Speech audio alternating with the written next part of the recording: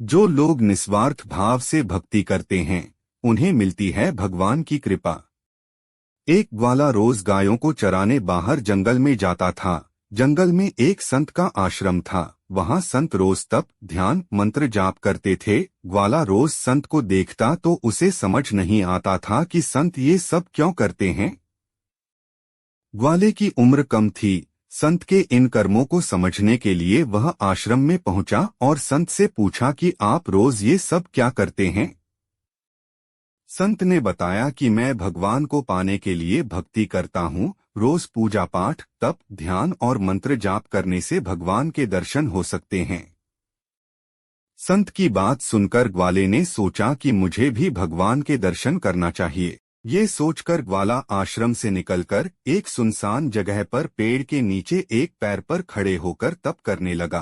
कुछ देर बाद उसने सांस लेना भी बंद कर दिया। ग्वाले ने सोचा कि जब तक भगवान दर्शन नहीं देंगे मैं ऐसे ही रहूंगा।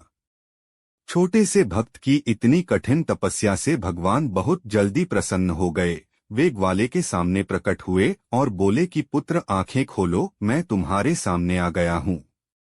ग्वाले ने आंखें खोले बिना ही पूछा कि आप कौन हैं। भगवान बोले कि मैं वही ईश्वर हूँ जिसके दर्शन के लिए तुम तप कर रहे हो। ये सुनकर ग्वाले ने आंखें खोल लीं, लेकिन उसने ईश्वर को कभी देखा नहीं था। वह सोचने लगा कि क्या ये ही वो भगवान हैं। सच जानने के लिए उसने भगवान को एक पेड़ के साथ रस्सी से बांध दिया। भगवान भी भक्त के हाथों बंध गए। ग्वाला तुरंत दौड़कर उस संत के आश्रम में पहुंच गया और पूरी बात बता दी। संत ये सब सुनकर हैरान थे। वे भी तुरंत ही ग्वाले के साथ उस जगह पर पहुंच गए। संत उस पेड़ के पास पहुंचे तो वहां कोई दिखाई नहीं दिया।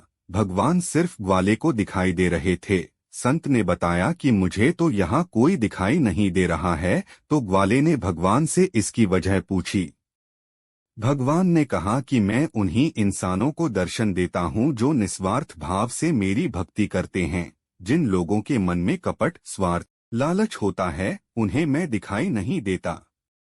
सीख, जो लोग भगवान की भक्ति निजी स्वार्थ की वजह से करते हैं उन्हें भगवान की कृपा नहीं मिल पाती है। निस्वार्थ भाव से की गई भक्ति ही सफल होती है।